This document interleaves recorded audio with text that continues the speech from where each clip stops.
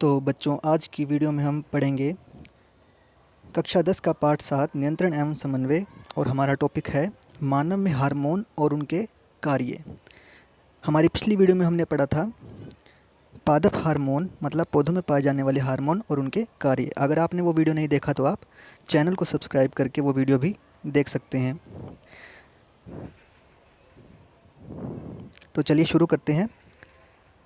मानव में हार्मोन कहाँ पाए जाते हैं, कौन सी ग्रंथियाँ होती हैं उन हार्मोनों को जो उत्पन्न करती है, और वो शरीर के किस भाग में पाई जाती है, और उन हार्मोन्स का क्या कार्य होता है।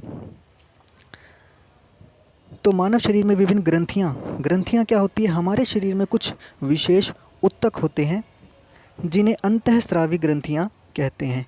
ये ग्रंथियाँ रासायनिक पदार्थ स्रावित करती है जिन्हें हार्मोन्स कहा जाता है।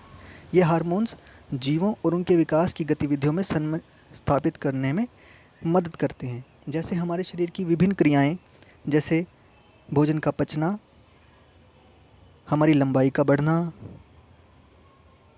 ये जितने भी कार्य हैं ये सभी कुछ विशेष ग्रंथियों से उत्पन्न होने वाले हार्मोन द्वारा नियंत्रित किए जाते हैं। ये ग्रंथियां दो तरह की होती हैं, बहिस्रावी ग्रंथियां और अंतःस्रावी ग्रंथियां। जैसे कि नाम से पता लग रहा है, बहिस्रावी ग्रंथियां वो होती हैं जो वाहिनी में पदार्थ स्रावित करती हैं। मतलब बाहर जो हैं हमारे शरीर में सीधे रक्त में नहीं करती, वो हमारे शरीर में बाहर ही पदार्थ स्रावित करती है। उदाहरण के लिए लार ग्रंथि लार वाहिनी में लार स्रावित करती है। जैसे कि किसी खाने को देखने के बाद अचानक से हमारे मुंह में लार आ जाती है, तो वो भी एक ग्रंथि जो है वो बाहरी स्रावी ग्रंथियों से होता है। अंतःस्रावी ग्रंथियाँ वो होती है जो सीधे रक्त में ही अपना पदार्थ स्रावित करती है। अंतःस्रावी ग्रंथि द्वारा स्रावित होने वाला पदार्थ हार्मोन कहलाता है। अब हम बारी बारी से अलग अलग प्रकार की ग्रंथियाँ और उनके हार्मोनों के बारे में बात करेंगे। सबसे पहले है हाइपोथैलेमस। तो ये आपने मस्तिष्क वाले पार्ट में पढ़ा होगा। हाइपोथैलेमस, यह ग्रंथि कहाँ होती है, हमारे मस्तिष्क में होती है और हार्मोन एवं निरोधात्मक हार्मोन पैदा करती है। हाइपोथैलेमस पिट्यूटरी ग्रंथि से, पिट्यूटरी मतलब पीयूष ग्रंथि से निकलने वाले हार्मोन के स्राव को नियंत्रित करता है। अगला है पीयूष ग्रंथि, पिट्यूटरी ग्लैंड। इस ग्रंथि को मास्टर ग्रंथि भी कहा जाता है क्योंकि यह पूरे शरीर को नियंत्रित करती है और हमारे मस्तिष्क में होती है। पिट्यूटरी ग्रंथियों से जो एक हार्मोन निकलता है उसे कहते हैं विकास हार्मोन या ग्रोथ हार्मोन, और यह हार्मोन हमारी लंबाई, हमारी हड्डी और मांसपेशियों को बढ़ावा देने का कार्य करता है। जिन व्यक्तियों में यह कम मात्रा में निकलता है, जिन ग्रंथियों में यह हार्मोन कम मात्रा में निकलता है उनमें ग्रोथ कम होती है और वो छोटे रह जाते हैं, और जिनमें बहुत अधिक हो जाता है वो बहुत ही लंबे हो जाते हैं। और इससे पता चलता है कि हार्मोन की कमी और अधिकता दोनों ही हमारे लिए नुकसानदायक है। अगली ग्रंथि जो हम पढ़ते हैं वो है थायराइड ग्रंथि, और यह ग्रंथि सांस की नली से जुड़ी होती है। और इस ग्रंथि से कौन सा हार्मोन निकलता है, थायरोक्सिन नामक हार्मोन। इसमें आयोडीन होता है और इस हार्मोन को बनाने के लिए आयोडीन की आवश्यकता होती है। और इस हार्मोन का काम होता है हमारे शरीर में कार्बोहाइड्रेट, वसा और प्रोटीन का चयापचय दर नियंत्रित करना।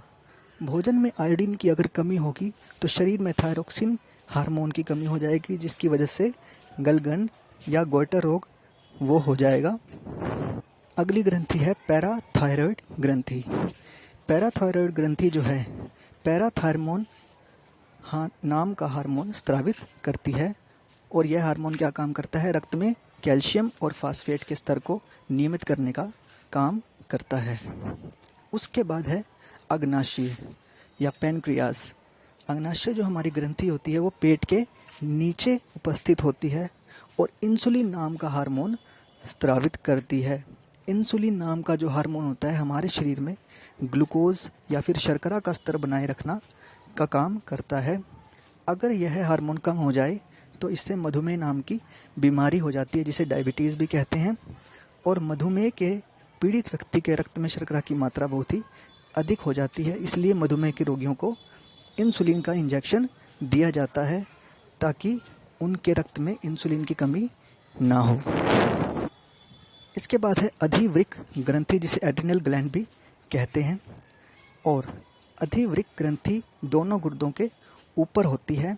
यह ग्रंथि अधिवृक्क हार्मोन स्रावित करती है जो हृदय की गति, सांस लेने की दर और रक्त दबाव आदि को नियंत्रित करती है।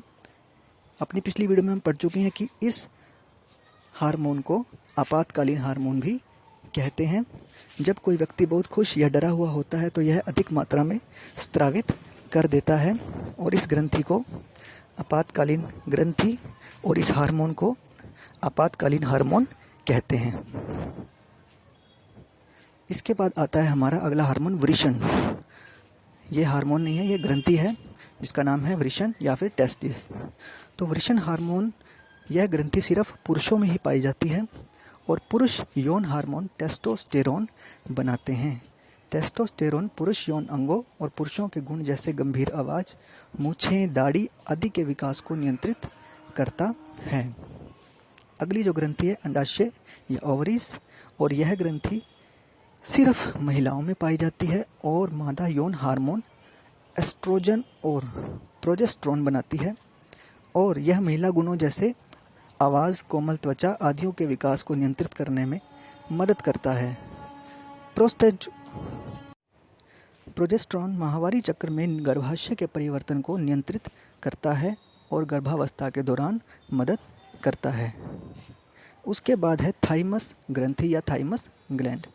तो यह गर्दन के निचले हिस्से और छाती के ऊपरी हिस्से में होता है और यह थाइमस नाम का हार्मोन स्रावित करता है जो शरीर की रोग प्रतिरक्षा प्रणाली के विकास में मदद करता है, मतलब हमारे इम्यून सिस्टम में मदद करता है।